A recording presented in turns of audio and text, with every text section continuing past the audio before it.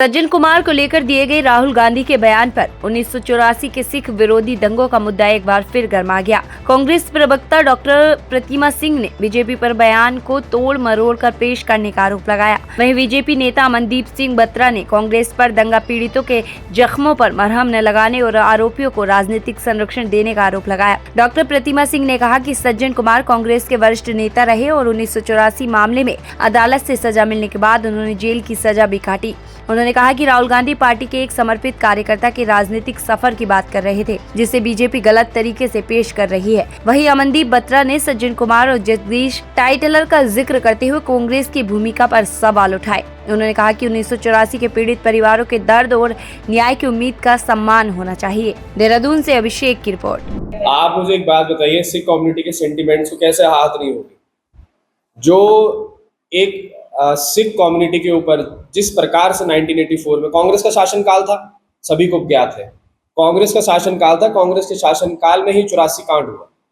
1984 riot जो Sikh community के साथ हुआ, हमारी फीलिंग्स को कैसे आहत नहीं होगी, सेंटिमेंट्स कैसे आहत नहीं होंगे? आप उसके मुख्य आरोपी को आप रोल मॉडल बता देते हैं।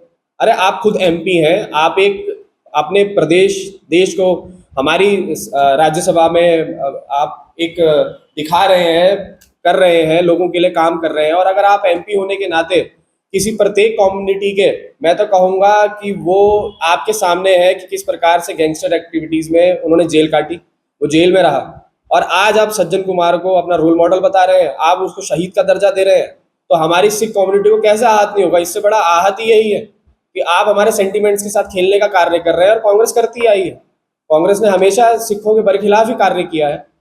और ये जो आज बात कर रहे हैं, आज इन्होंने साबित कर दिया उस चीज को। सज्जन कुमार को शहीद का टाइटल देके, रोल मॉडल बता के आज ये साबित कर दिया कि जो ये जगदीश टाइटलर जैसे लोग हैं, सज्जन कुमार जैसे लोग हैं, ये कांग्रेस के बहुत खास है। और सिख रियॉट जो 1984 में हुआ, उसका कोई अस्तित्व नहीं है कांग्रेस के लिए। देखिए, पहली बात तो ये है कि सज्जन कुमार जी जो है पार्टी के वरिष्ठ नेता और बहुत सम्मानित हमारे एमपी थे, और उनकी मृत्यु, उनकी जो है डेथ हुई, और हम उन्हें भावभीनी श्रद्धांजलि अर्पित करते हैं। दूसरी बात, राहुल जी अपने कार्यकर्ता के बारे में बात कर रहे थे।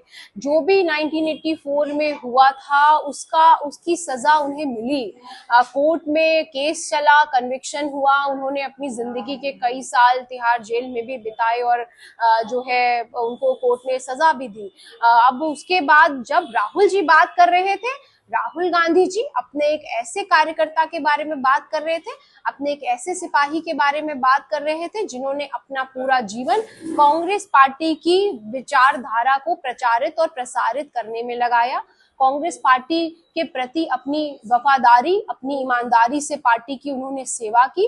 तो उस व्यक्ति के बारे में बात कर रहे थे, उस व्यक्ति को शहीद और रोल मॉडल बताने का जो है कार्य कर रहे थे कार्यकर्ताओं के लिए। मुझे लगता है कि भाजपा की आदत हो गई है एक सीधी सी बात को टेढ़ा मेढ़ा घुमाने की। भाजपा से मैं पूछना चाहती हूँ, अगर उनके कोई नेता, आज तो उनके खुद के गृह मंत्री तड़ीपार जो रहे, आज तो बड़े सम्मानित गृह मंत्री है वो, तो उन लोगों का अपमान नहीं है जिनके खिलाफ हमेशा उन्होंने कार्य किया है? वो तड़ीपार व्यक्ति क्यों रहता है?